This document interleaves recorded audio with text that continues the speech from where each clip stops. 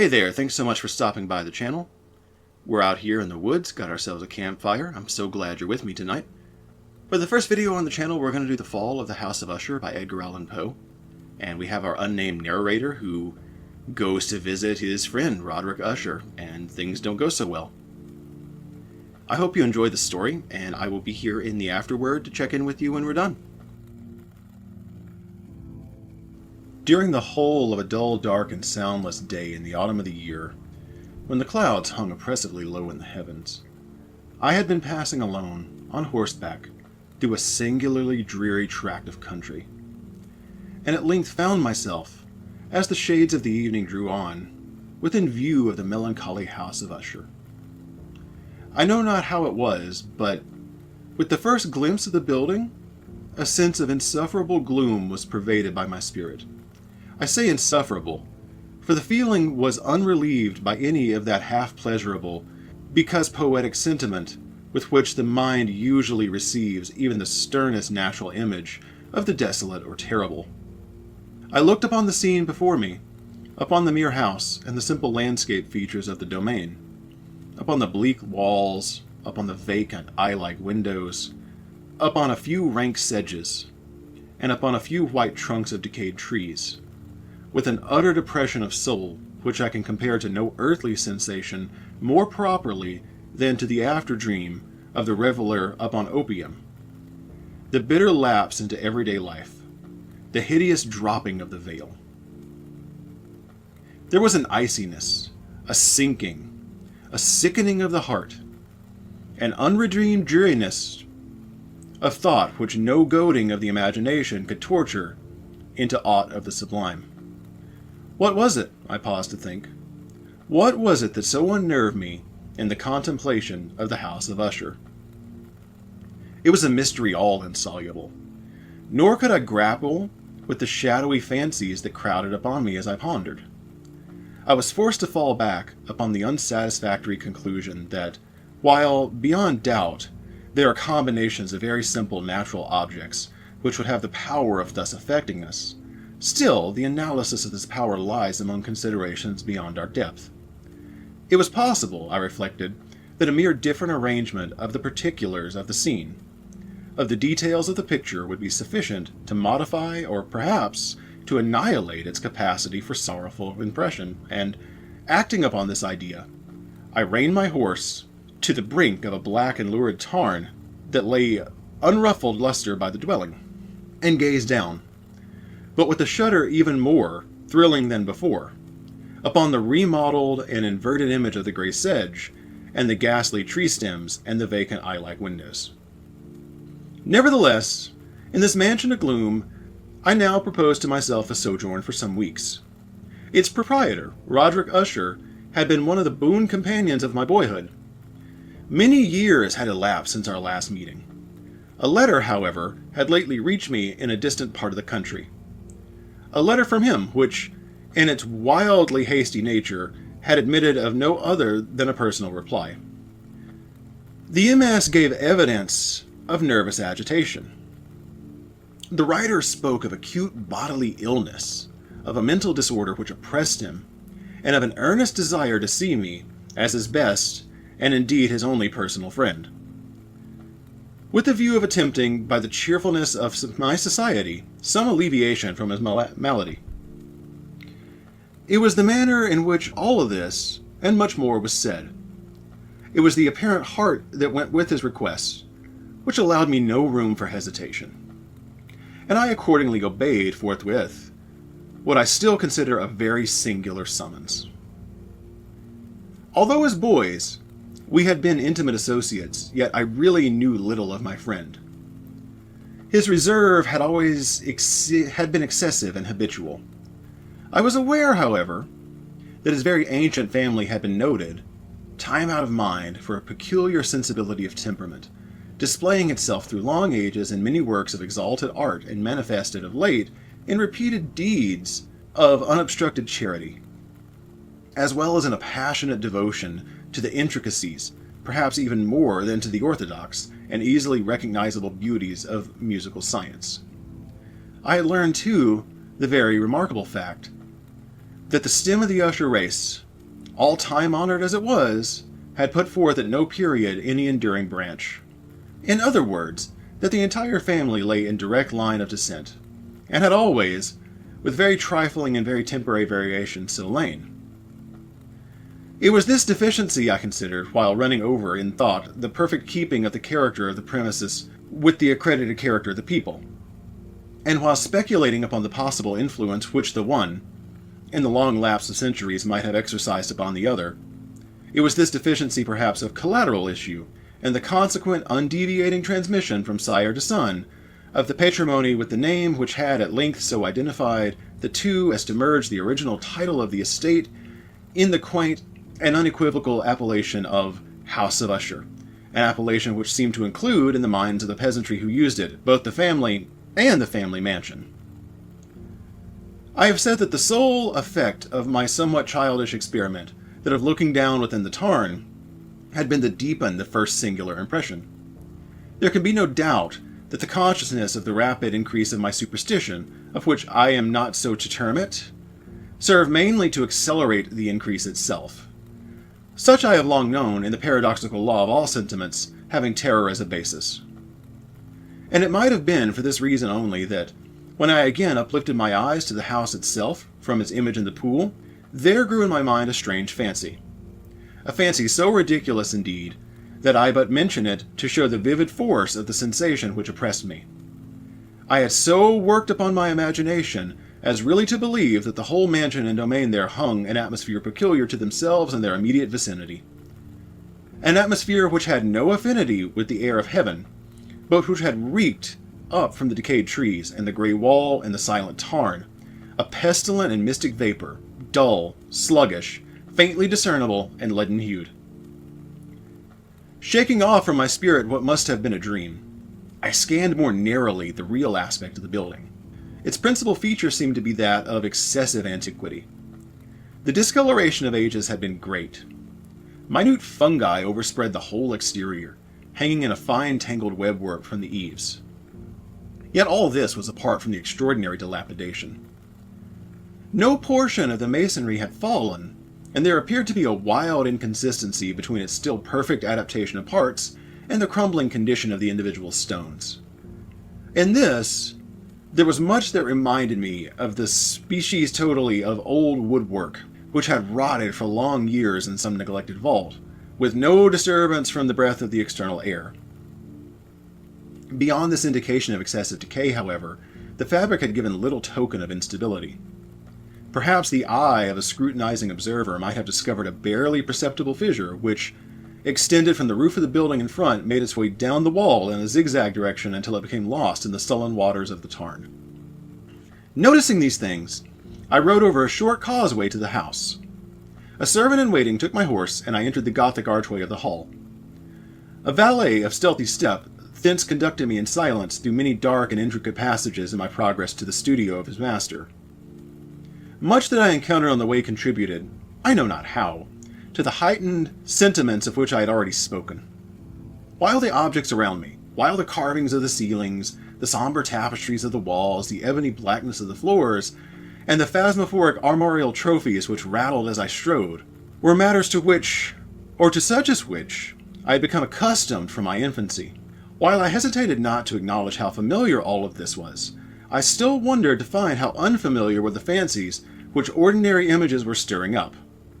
On one of the staircases I met the physician of the family. His countenance, I thought, wore a mingled expression of low and cunning perplexity. He accosted me with trepidation and passed on. The valet now threw open the door and ushered me into the presence of his master. The room in which I found myself was large and lofty. The windows were long, narrow, and pointed, and so vast a distance from the blank oaken floor to be altogether inaccessible from within. Feeble gleams of crimson light made their way through the trestled panes, and served to render sufficiently distinct the more prominent objects around. The eye, however, struggled in vain to reach the remoter angles of the chamber, or the recesses of the vaulted and fretted ceiling. Dark draperies hung upon the walls. The general furniture was profuse, comfortless, antique, and tattered. Many books and musical instruments lay scattered about, but failed to give any vitality to the scene. I felt that I breathed an atmosphere of sorrow. An air of stern, deep, and irredeemable gloom hung over and pervaded all. Upon my entrance, Usher rose from a sofa on which he had been lying at full length and greeted me with a vivacious warmth which had much in it, I at first thought, of an overdone cordiality, of the constrained effort of the inhuman of the world. A glance, however, at his countenance convinced me of his perfect sincerity. We sat down, and for some moments, while he spoke not, I gazed upon him with a feeling half of pity, half of awe. Surely, man had never been so terribly altered in such a brief period as Roderick Usher. It was with difficulty that I could bring myself to admit the identity of the man before me with the companion of my early boyhood. And yet, the character of his face had been at all times remarkable. A cadaverous complexion, an eye large, liquid, and luminous beyond comparison, lips somewhat thin and very pallid, but of surprisingly beautiful curve. A nose of a delicate Hebrew model, but with a breadth of nostril unusual in similar formations. A finely molded chin speaking in its warmth of prominence a want of moral energy. A hair of more than web-like softness. These features, with an inordinate expansion above the regions of the temple, made an altogether countenance not easily to be forgotten. And now, in the mere exaggeration of the prevailing character of these features, and of the expression that they were wont to convey, lay so much of change that I doubted to whom I spoke. The now ghostly pallor of the skin, and the now miraculous luster of the eye, above all things, startled and even awed me. The silken hair, too, had been suffered to grow all unheeded, and as in its wild gossamer texture it floated rather than fell above his face, I could not, even with effort, connect its expression with any idea of simple humanity. In the manner of my friend, I was at once struck with an incoherence and inconsistency, and I soon found this to arise from a series of feeble and futile struggles to overcome a habitual caution and excessive nervous agitation. For something of this nature I had indeed prepared, no less by his letter, than by reminiscing of certain boyish traits, and by conclusions deduced from his peculiar physical conformation and temperament. His action was already vivacious and sullen. His voice varied rapidly, from a indecision, when the animal spirits seemed utterly in abeyance, to that species of energetic concision, that abrupt, weighty, unhurried, and hollow-sounding enunciation, that leaden, self-balanced, and perfectly modulated guttural utterance, which may be observed in the lost drunkard or in the irreclaimable eater of opium during the periods of his most intense excitement. It was thus that he spoke of the object of my visit, of his earnest desire to see me, and of the solace he expected me to afford him. He entered at some length into what he convinced me to be a nature of his malady. It was, he said, a constitutional and a family evil, and one for which he despaired to find a remedy. A mere nervous affection, he immediately added, would have undoubtedly soon passed off. It displayed itself in a host of unnatural sensations. Some of these, as he detailed them, interested and bewildered me, although perhaps the terms and the general manner of the narration had their weight. He suffered much from a morbid and acuteness of the senses. The most insipid food was alone endurable. He could only wear garments of certain texture. The odor of all flowers were oppressive. His eyes were tortured by even a faint light, and there were but peculiar sounds, and these from stringed instruments, which did not inspire within him horror. To an anomalous species of terror I found him a bounden slave. I shall perish, he said. I must perish in this deplorable folly. Thus and not otherwise, shall I be lost. I dread the events of the future, not in themselves, but in their results. I shudder at the thought of any, even the most trivial incident, which may operate upon this intolerable agitation of soul. I have indeed no abhorrence of danger, except in its absolute effect, in terror.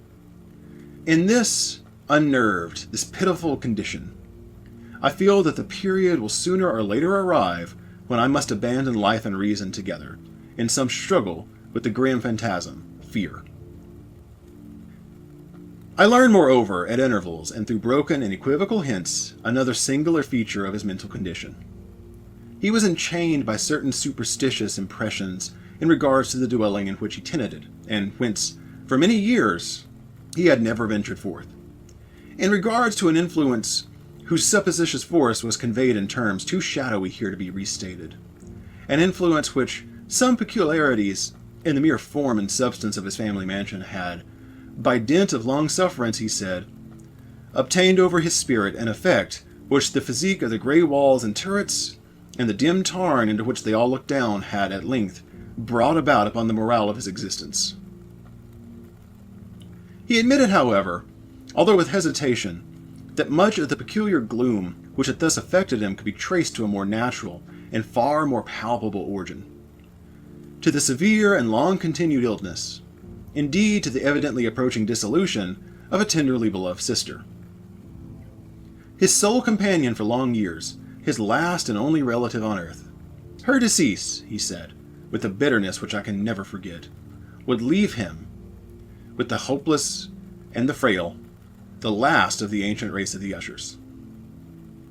While he spoke, the Lady Madeline, for so was she called, passed slowly through a remote portion of the apartment, and, without having noticed my presence, disappeared.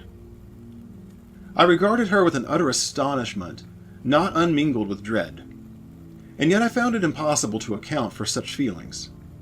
A sensation of stupor oppressed me as my eyes followed her retreating steps. When a door at length closed upon her, my glance sought instinctively and eagerly the countenance of the brother, but he had buried his face in his hands, and I could only perceive that a far more than ordinary wanness had overspread and emaciated fingers through which trickled many passionate tears.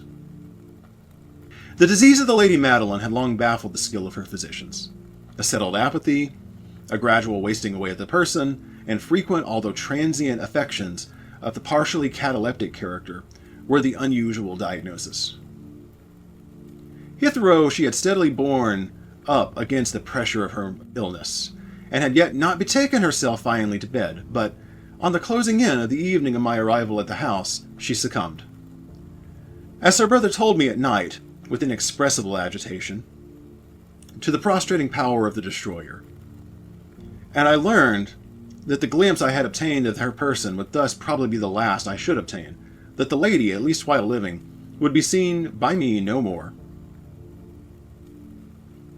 For several days ensuing, her name wasn't mentioned by either Usher or myself, and during this period I was busied in earnest endeavors to alleviate the melancholy of my friend. We painted and read together, or I listened, as if in a dream, to the wild improvisations of his speaking guitar. And thus, as a closer and still closer intimacy admitted me more unreservedly into the recesses of his spirit, the more bitterly did I perceive the futility of all attempt at cheering a mind from which darkness, as if it had inherited a positive quality, poured forth upon all objects of the moral and physical universe, and one unceasing radiation of gloom. I shall ever bear about me a memory of many solemn hours I thus spent alone with the master of the House of Usher. Yet I should fail in any attempt to convey an idea of the exact character of the studies, or of the occupations in which he involved me, or led me the way. An excited and highly distempered ideality threw a sulphurous luster over all. His long, improvised dirges will ring forever in my ears. Among other things, I hold painfully in mind a certain singular pervasion and amplification of the wild air of the last waltz of Von Weber. From the paintings over which his elaborate fancy brooded, and which grew, touch by touch, into vagueness at which I shuddered, the more thrillingly because I shuddered knowing not why, from these paintings, vivid as their images now are before me. I would in vain endeavor to learn more than a small portion, which should lie within the compass of merely written words. By the utter simplicity, by the nakedness of his designs, he arrested and overawed attention. If ever a mortal painted an idea, that mortal was Roderick Usher. For me, at least, in the circumstances that surrounded me, there arose out of the pure abstractions which the hypochondriac contrived to throw upon his canvas an intensity of the intolerable awe, no shadow of which felt I ever yet in the contemplation of the certainly glowing yet too concrete reveries of the Fuseli. Of the phantasmagoric conceptions of my friend, partaking not so rigidly of the spirit of abstraction, may be shadowed forth, although feebly, in words. A small picture, presented the interior of an immensely long and rectangular vault or tunnel with low walls, smooth, white, and without interruption or device. Certain accessory points of the design served well to convey the idea that this excavation lay at an exceeding depth below the surface of the earth. No outlet was observed in any portion of its vast extent, and no torch or other artificial source of light was discernible. Yet a flood of intense rays rolled throughout, and bathed the whole in a ghastly and inappropriate splendor. I have just spoken of the morbid condition of the auditory nerve which rendered all musical intolerable to the sufferer, with the exception of certain effects of stringed instruments. It was, perhaps, the narrow limits to which he thus confined himself upon the guitar, which gave birth in great measure to the fantastic character of his performances. But the fervid fallacy of his impromptus could not be so accounted for. There must have been and were in the notes as well as in the words of his wild fantasies, for he not unfrequently accompanied himself with the rhymed verbal improvisations, the results of that intense mental collectedness and concentration to which I have previously alluded, and observable only in the particular moments of the highest artificial excitement. The words of one of these rhapsodies I have easily remembered. I was, perhaps, the most forcibly impressed with it, and he gave me it, because under the mystic current of its meaning, I fancied that I perceived, and for the first time, a full consciousness on the part of Usher, of the tottering of his lofty reason upon her throne. The verses, which were entitled The Haunted Palace, ran very nearly, if not accurately, thus. In the greenest of our valleys, by good angels tenanted, once a fair and stately palace, radiant palace reared its head. In the monarch's thought dominion it stood there. Never seraph spread a pinion over fabric half so fair. Banners yellow, glorious, golden, on its roof did float and flow. This was all in the olden time long ago, and every gentle air that dallied, in that sweet day, along the ramparts, plumed and pallid, a winged odor went away. Wanderers in that happy valley, through two luminous windows saw spirits moving musically to a lute's well-tuned law. Round about a throne were setting, in state his glory well befitting, the ruler of the realm was seen. And all with pearl and ruby glowing was the fair palace door, through which came flowing, flowing, flowing, a sparkling evermore, a troop of echoes whose sweet duty was but to sing, in voice of surpassing beauty, the wit and wisdom of their king. But evil things in robes of sorrow assailed the monarch's high estate. Ah, let us mourn, for never morrow shall dawn upon him desolate. And round about his home, the glory that blushed and bloomed, in but a dim remembered story of the old times entombed. The travelers now within that valley, through the red litten windows see vast forms that move frantically to a discordant melody, while, like a rapid ghastly river, through the pale door, a hideous throng rushed out forever, and laugh, but smile no more. I will remember that suggestions arise from this ballad. Let us into a train of thought wherein there became manifest an opinion of Usher's which I mention not so much on account of its novelty, for other men have thoughts thus, as on account of its persistency with which he maintained it. This opinion, in this general form, was that of the sentience of all vegetable things, but in his discordant fancy the idea had assumed a more daring character, and trespassed under certain conditions upon the kingdom of an organization. I lack words to express the full extent or the earnest abandon of his persuasion. The belief, however, was connected, as I have previously hinted, with the grey stones of the home of his forefathers. The conditions of the sentience had been there, he imagined, fulfilled in the method of collection of these stones, in order of their arrangement as well as in that of the many fungi which overspread them, and of the decayed trees which stood around, above all in the long undisturbed endurance of this arrangement, and in its reduplication in the still waters of the tarn. Its evidence, the evidence of the sentience, was to be seen, he said, and here I started that he spoke, in the gradual yet certain condensation of an atmosphere of their own about the waters and the walls. The result was discoverable, he added, in that silent, yet importune and terrible influence which for centuries had molded the destinies of his family, and which had made him what I now saw him, what he was. Such opinions need no comment, and I will make none. Our books, the books which for years had formed no small portion of the mental existence of the invalid, were, as might be supposed, in strict keeping with his character of phantasm. We pored together over such works as the Ververt et Chartreuse of Grisset, the Belgaphor of Machiavelli, the Heaven and Hell of Swedenborg, the Subterranean Voyage of Nicholas Kilm by Holberg, the Chiromancy of Robert Fluid, of Jean d'Intrigue, and of de la Cambre, the Journey into the Blue Distance of Tieck, and the City of the Sun by Campanella. Our favorite volume was a small octavio edition of the Dictorium Inquisitorum by the Dominican Emeric de Goram, and there were passages in Pompanus Mela about the old African satyrs, Opians, which Usher would set dreaming for hours. His chief delight, however, was found in the persuasion of an exceedingly rare and curious book in the Quattro Gothic, the Manual of a Forgotten Church, the Vigilani Mortarum Secundum Coram Ecclesiae Magnati. I could not help but thinking of the wild rituals of his work, and of its probable influence on his hypochondriac, when one evening, having informed me abruptly that the Lady Madeline was no more, he stated his intention of preserving her corpse for a fortnight, previously to its final intent, in one of the numerous vaults within the main walls of the building. The worldly reason, however, assigned to this singular proceeding was one which I did not feel at liberty to dispute.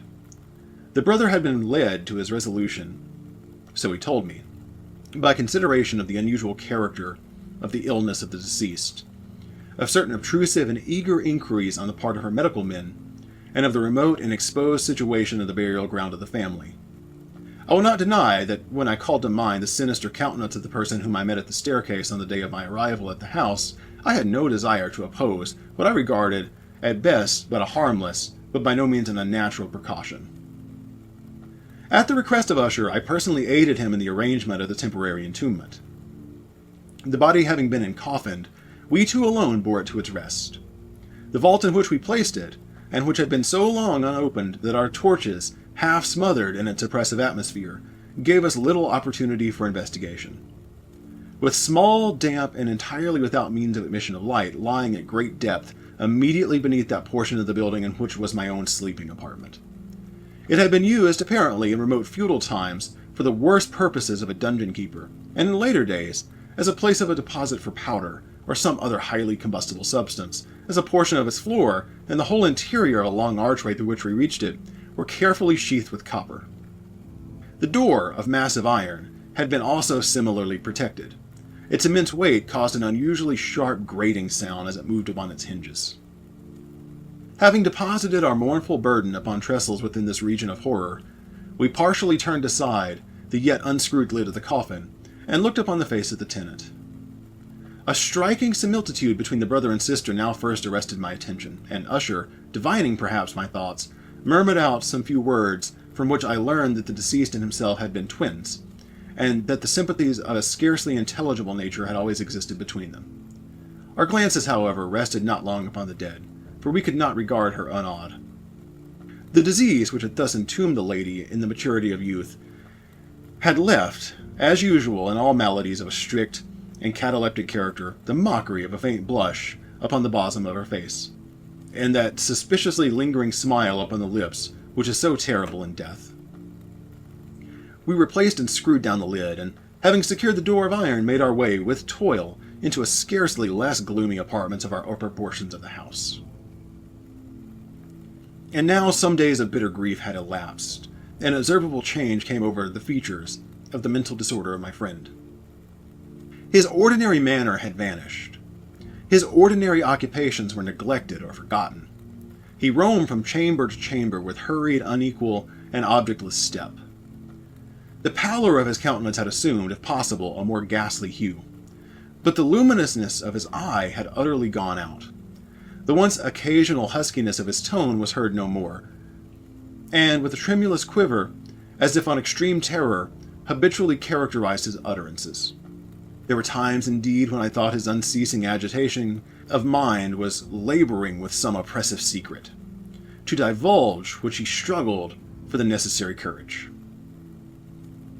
At times, again, I was obliged to resolve all into the mere inexplicable vagrancies of madness, for I beheld him gazing upon the vacancy for long hours in an attitude of the profoundest attention, as if listening to some imaginary sound. It was no wonder that his condition terrified, that it infected me. I felt it creeping upon me, by slow yet certain degrees, the wild influences from his own frantic yet impressive superstitions. It was especially upon retiring to bed late in the night, on the 7th or 8th day after the placing of the Lady Madeline within the dungeon, that I experienced the full power of such feelings. Sleep came not near my couch, while the hours waned and waned away. I struggled to reason off the nervousness which had dominated over me. I endeavored to believe that much, if not all, of what I felt was due to the bewildering influence of the gloomy furniture in the room, of the dark and tattered draperies which, tortured into motion by the breath of a rising tempest, swayed fitfully to and fro upon the walls, and rustled uneasily about the decorations of the bed. But my efforts were fruitless. An irrepressible tremor gradually pervaded my frame, and at length there sat up on my very heart an incubus of utterly causeless alarm. Shaking this off with a gasp and a struggle, I uplifted myself upon the pillows, and, peering earnestly within the intense darkness of the chamber, hearkened, I know not why, except that an instinctive spirit prompted me to certain low and indefinite sounds which came through the pauses of the storm at long intervals, I knew not whence. Overpowered by an intense sentiment of horror, unaccountable yet unendurable, I threw my clothes on with haste, for I felt that I should sleep more during the night, and endeavored to arouse myself from the pitiable condition from which I had fallen, by pacing rapidly to and fro through the apartment. But I had taken but few turns in this manner, when a light step on an adjoining staircase arrested my attention. I presently recognized it as that of Usher. In an instant afterwards he rapped, with a gentle touch at my door, and entered, bearing a lamp. His countenance was, as usual, cadaverously wan, but, moreover, there was a species of mild hilarity in his eyes, and evidently restrained hysteria in his entire demeanor. His air appalled me, but anything was preferable to the solitude with which I had so long endured, and I even welcomed his presence as a relief. "And you have not seen it?" he said abruptly, after having stared about him for some moments in silence. "You have not seen it, but stay, you shall." Thus speaking, and having carefully shaded his lamp, he hurried to one of the casements and threw it freely open to the storm. The impetuous fury of the entering gust nearly lifted us from our feet. It was indeed a tempestuous yet sternly beautiful night, and one wildly singular in its terror and in its beauty. A whirlwind had apparently collected its force in our vicinity, for there were frequent and violent alterations in the direction of the wind, and the exceeding density of the clouds, which hung so low as to press upon the turrets of the house, did not prevent our perceiving the lifelike velocity with which they flew careening from all points against each other, without passing away into the distance. I say that even their exceeding density did not prevent our perceiving this, yet we had no glimpse of the moon or the stars, nor was there any flashing forth of the lightning. But the undersurfaces of the huge masses of agitated vapor, as well as the terrestrial objects immediately around us, were glowing in an unnatural light of a faintly luminous and distinctly visible gaseous exhalation which hung about and enshrouded the mansion. "You must not, you shall not behold this," said I, shuddering to Usher as I led him with a gentle violence from the window to a seat. "These appearances, which bewilder you, are merely electrical phenomenon, not uncommon, or it may be that they have turned to their ghastly origin in the rank miasma of the tarn. Let us close this casement. The air is chilling and dangerous to your frame. Here is one of your favorite romances. I will lead, and you shall listen, and we will pass away this terrible night together." The antique volume which I had taken up was The Mad Tryst of Sir Lancelot Canning, but I had called it a favorite of Usher's more in sad jest than in earnest, for in truth there was little in its uncouth and unimaginative proximity which could have had the interest of the lofty and spiritual ideality of my friend. It was, however, the only book immediately at hand, and I indulged a vague hope that the excitement which now agitated the hypochondriac might find relief, for the history of mental disorder is full of similar anomalies. And even in the extremeness of the folly which I should read, could I have judged, indeed, by the wild, overstrained air of vivacity with which he hearkened, or apparently hearkened, to the words of the tale, I might well have congratulated myself upon the success of my design. I had arrived at that well-known portion of the story where Ethelred, the hero of Trist, having sought in vain for peaceable admission into the dwelling of the hermit, proceeds to make good an entrance by force. Here, it will be remembered, the words of the narrative run thus. And Ethelred, who was by nature of a doughy heart, and who was now mighty withal on account of all the powerfulness of the wine which he had drunken, waited no longer to hold parley with the hermit, who, in sooth, was an obstinate and maliceful turn, but, feeling the rain upon his shoulders, and fearing the rising of the tempest, uplifted his mace outright, and, with blows, made quickly room in the plankings of the door for his gauntleted hand. And now, pulling therewithin sturdily, he so cracked and ripped and tore all asunder, the noise of the dry and hollow-sounding wood alarmed and reverberated throughout the forest. At the termination of this sentence I started, and for a moment paused, for it appeared to me, although I at once concluded that my excited fancy had deceived me, it appeared to me that for some very remote portion of the mansion there came, indistinctly, to my ears, what might have been, in all its exact similarity of character, the echo, but a stifled and dull one certainly, of the very cracking and ripping sound which Sir Lancelot had so particularly described. It was beyond doubt the coincidence alone which had arrested my attention, for, amid the rattling of sashes of the casements and the ordinary commingling noises of the still increasing storm, the sound in itself had nothing surely which would have interested or disturbed me. I continued the story. But the good champion Ethelred, now entering within the door, was sore, enraged, and amazed to perceive no signal of the maliceful hermit, yet, in the stead thereof, a dragon of scaly and prodigious demeanour, and a fiery tongue which set in guard before a palace of gold, and a floor of silver, and upon the wall there hung a shield of shining brass with this legend enwritten, Who entereth herein, a conqueror hath been, who slayeth the dragon, the shield he shall win. And Ethelred uplifted his mace, and struck upon the head of the dragon, which fell before him, and gave up his pesty breath, which with a shriek so horrid and harsh, and withal so piercing, that Ethelred had fain to close his ears with his hands against the dreadful noise of it, and the like of which had never before been heard. Here again I paused abruptly, and now with the feeling of wild amazement. For there could be no doubt whatever that in this instance I did actually hear, although from what direction it proceeded I found impossible to say. A low and apparently distant but harsh, protracted, and most unusual screaming or grating sound, the exact counterpart of what my fancy had already conjured up of the dragon's unnatural shriek as described by the romancer.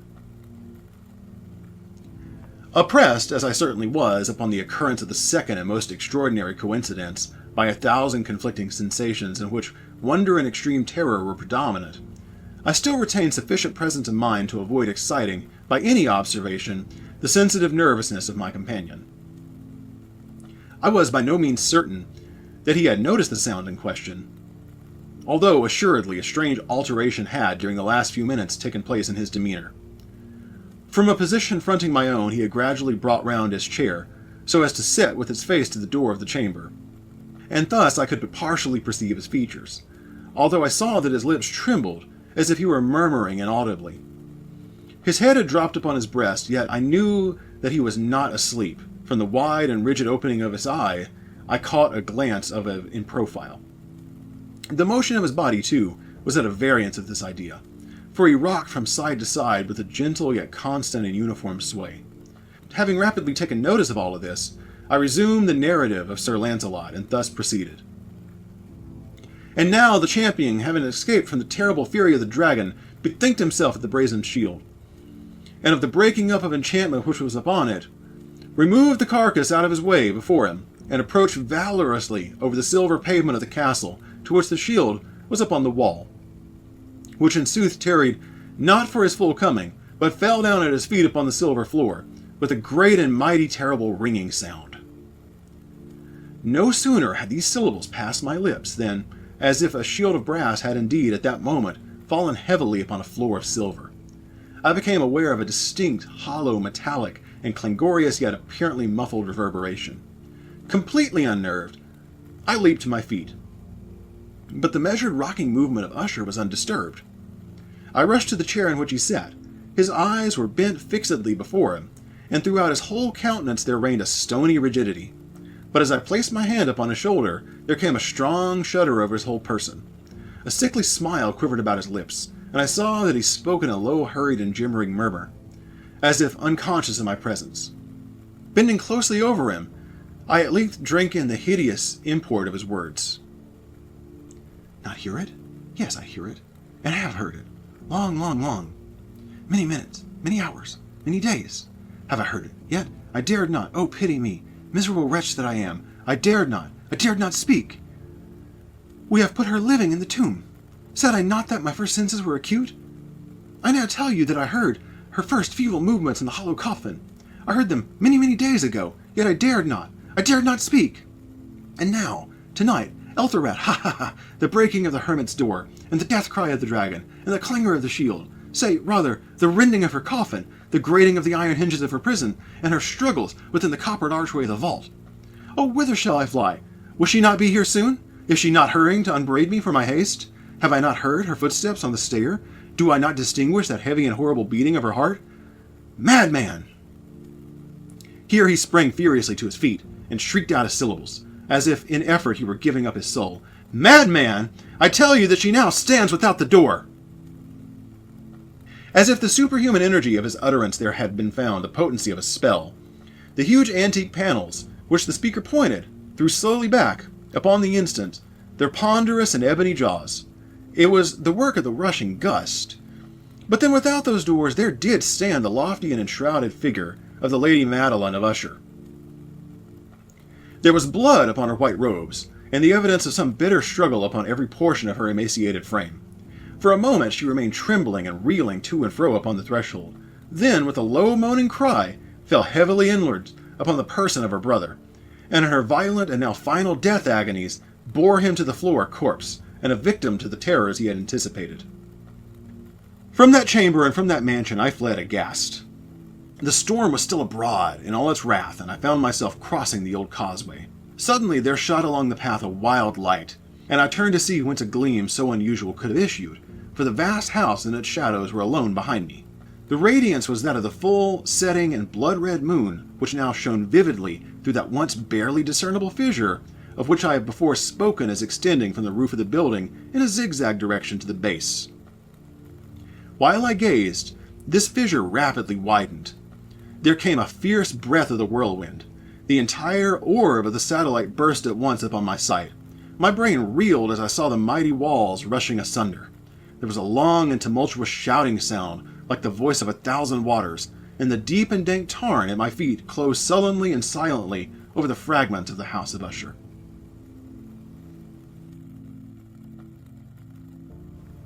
Well, that was a lot of fun. Our narrator will probably never be the same. As far as stories go, I wanted to begin with a classic, but here on the channel I also want to cover a lot of more modern creepypasta. I think probably with a classic like this, the way the English language works has changed in 100 years, but, at least Edgar Allan Poe's writing is in the public domain. I think if I cover something more modern, I might struggle with it a little less and have to do fewer takes. Anyway, if there's a particular creepypasta, scary story, something that's not under copyright that you would like for me to cover, drop me a comment down below. And if you have any comments about the story itself, absolutely drop a comment down below. I'm going to be lurking there, and I'll respond to as many as I can. Thank you so much, and have a wonderful night.